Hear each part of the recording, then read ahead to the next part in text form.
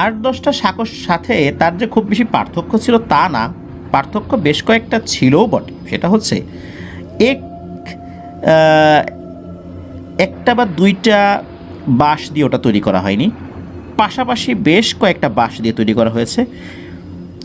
অনায়াসেই একটা মানুষ তার ডানে বায়ে কোনো সহযোগিতা ছাড়া, বা সাঁকোর একটা অংশ থাকে না হাত দিয়ে ধরে রাখে, তো এটা ধরা ছাড়াই অনায়াসে হেঁটে যেতে পারত।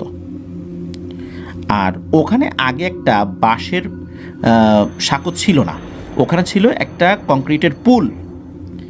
কোনো কারণে পুরাতন হয়ে যাওয়ার কারণে সেটা ভেঙে যায়, যার ফলশ্রুতিতে ওই সাঁকোটা তৈরি করা হয়েছিল। গ্রামের লোকজন তারা নিজেরা স্বেচ্ছাশ্রম দিয়ে, বাঁশ দিয়ে, যে যেভাবে পেরেছে হেল্প করেছে। কেউ বাঁশ দিয়েছে, কেউ শ্রম দিয়েছে। তো এভাবেই একটি শক্ত সাঁকো তৈরি করা হয়। আর এই সাঁকোটা তাদের জন্য অনেক প্রয়োজন ছিল, কারণ ওই পুলের উপর দিয়ে অসংখ্য মানুষ প্রতিনিয়ত পার হতেন। তো এটা ভেঙে যাওয়ার ফলে কিন্তু সকলের জন্যই অসুবিধার সৃষ্টি হয়। এই কারণে দ্রুত গতিতেই ওনারা এই সাঁকোটা তৈরি করেছিলেন। সুতরাং বুঝতেই পারছেন এটা বেশ শক্ত করেই তৈরি করা হয়েছিল। বিভিন্ন সময় ওই পুলের আশেপাশে ভয়ের ঘটনা ঘটত। আর এই সাঁকোটি তৈরি করার পর ভয়ের ঘটনা কিন্তু থেমে থাকলো না, শুরু হয়ে গেল ঘটনা। এমনই একজন ব্যক্তির সাথে ঘটনা শুরু হয়, মানে সে তাকে দিয়েই শুরু হয়ে যায় আর কি। তার নাম ছিল সুলতান। গ্রামের মানুষ নাকি তাকে ভগলা সুলতান নামে ডাকত।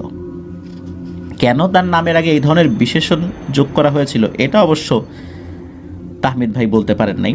তো যাই হোক, কি হয়, একদিন রাতে উনি কোথাও গিয়েছিলেন। তো ফিরতে ফিরতে রাত প্রায় 10টার মতো বাজে।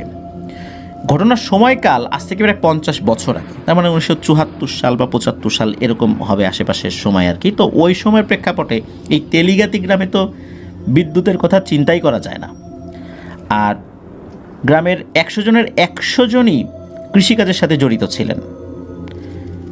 তাদের বাড়িতে ইলেকট্রিসিটিও নাই, কৃষিকাজের সাথে জড়িত ছিলেন, সারাদিন অনেক পরিশ্রম করেন, ঘুমিয়েও পড়েন তাড়াতাড়ি।